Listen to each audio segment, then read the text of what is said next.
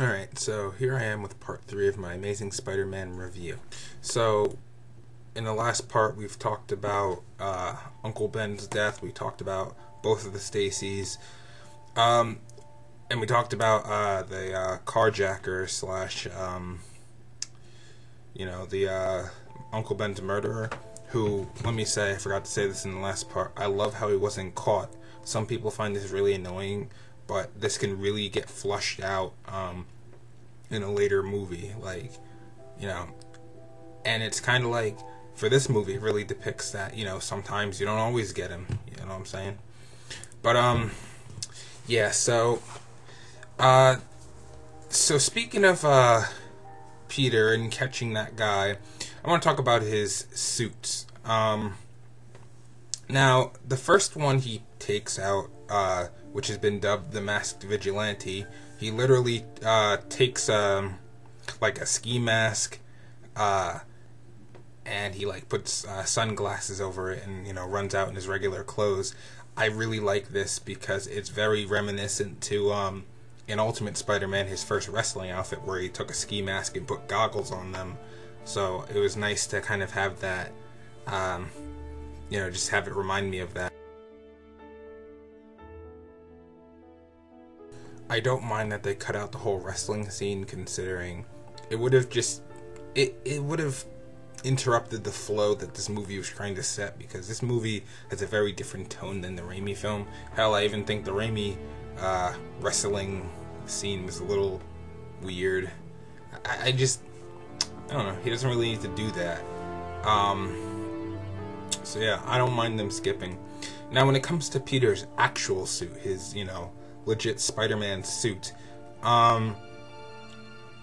people don't really understand.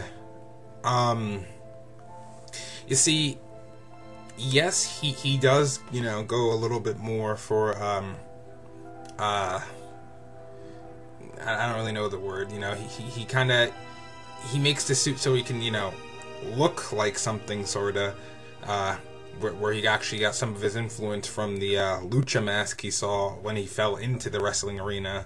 But the suit is mostly made for function. Like, remember when he was listening to those kids talking in front of him, and they were talking about how spandex really helps swing speed, and he literally cut out sunglasses, or some kind of glasses, and made him into his lenses. The suit's mostly made for function, and when later on he will go back and like in Ultimate, he will go back and change it and put the final tweaks on it to make it the suit we all know, and you're gonna see that in the Amazing Spider-Man 2. But as far as the looks for this suit go, I find it really reminiscent to two suits actually. I think it resembles a lot of Ben Reilly's suit, Peter's clone, because he has like the big spider, and he, the way the red and the blue lines up, and it also really and the external web shooter, and it also really reminds me of the artist Alex Ross's design for Spider-Man, and I can just really see the two of these costumes kind of, they weren't, the complete source for the suit, but it certainly reminds me of them.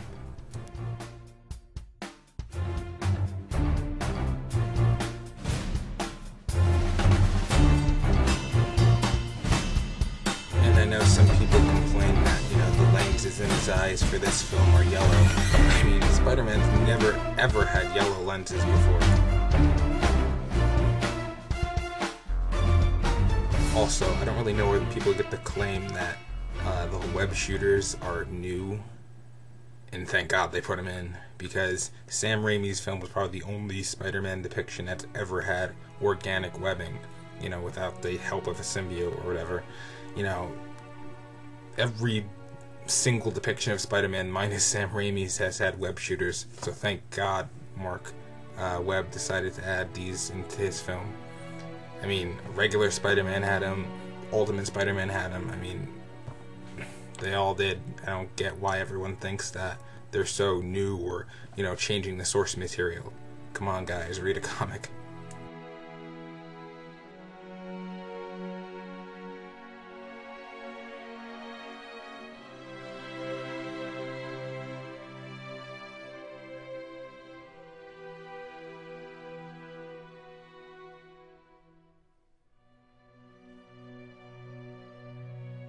Now, when it comes to the Lizard, Spider-Man has 3 fights against him, and when it comes to his first face-to-face encounter with him, which is on top of the bridge, I thought the bridge scene was really cool because you got to see Spider-Man save the little boy out of the fire, and he gave his mask to the child.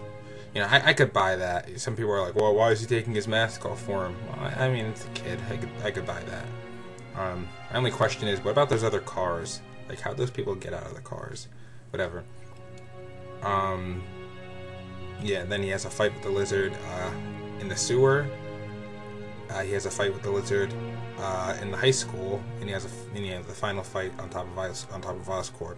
I love the sewer fight because I love seeing Spider-Man make the web and feel the vibrations, and then I love kind of fighting the Lizard in his habitat because like he's underwater, and Spider-Man tries to escape with webbing and it doesn't work underwater. I really like that.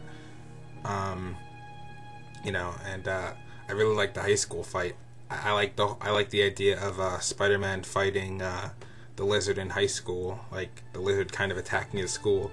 It's really reminiscent of when the Green Goblin attacked Midtown High and Ultimate Spider-Man.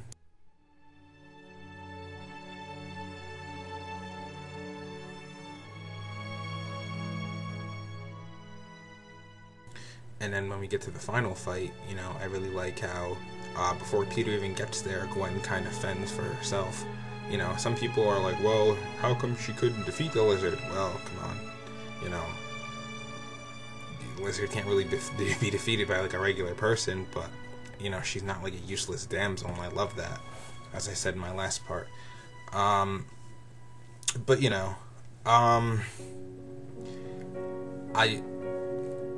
I just love the when Spider-Man's arriving and all the cranes line up, it really helps deliver that message that Peter helped save this boy. He the son of the guy who's working with the cranes, and it really helps deliver Uncle Ben's message that if you teach the world, if you give the world what you have to offer, the world will give back. Where in the beginning of the movie, Peter figured, why should he give anything to the world if the world never gives anything back? It's kind of like this, you have to give if you want it back.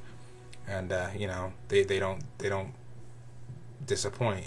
You know what I'm saying? Like, the whole crane thing may have been a little cheesy for some people, but it really helps deliver that message Uncle Ben was trying to help, convey. And, then we get, after the final fight, Captain Stacy wants Peter to swear that he'll never, endanger, he won't talk to Gwen because he doesn't want her, put in harm's risk, because it is a dangerous job he's doing being Spider-Man. And, some people complain that, well, he broke a dead captain's word, he disrespected him by going back on his word at the end of the film. But no, I mean, come on, Gwen needed him. He's what Gwen needs. She lost his father, she needs Peter. So, he's going by that.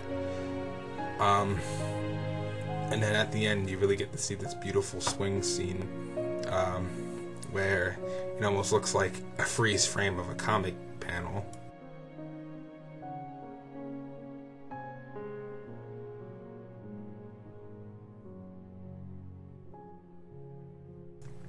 So, all in all, it's not a perfect film. I mean, maybe he took his mask off one too many times.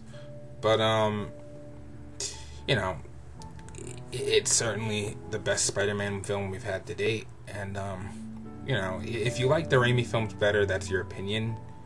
But they're in no way more accurate movies to the source material. Now, granted, I could open this up for debate. If you always want to challenge me on it, that's fine. I'm always willing to debate with somebody. But, they're not. I think this movie has a lot of underlying messages it delivers to the audience. I think it's a great Spider-Man movie. I think it's a great regular movie just to sit down and watch. You know, I think it's a movie we can all relate to in some way or another. And, you know, for that reason, the being able to relate to a character, I think that's why Spider-Man, you know, I think that's why we love him. And I think that's why we're always going to continue to watch him. And he'll always be in our hearts some way or another. But till next time, guys, this is Dark Inception signing off.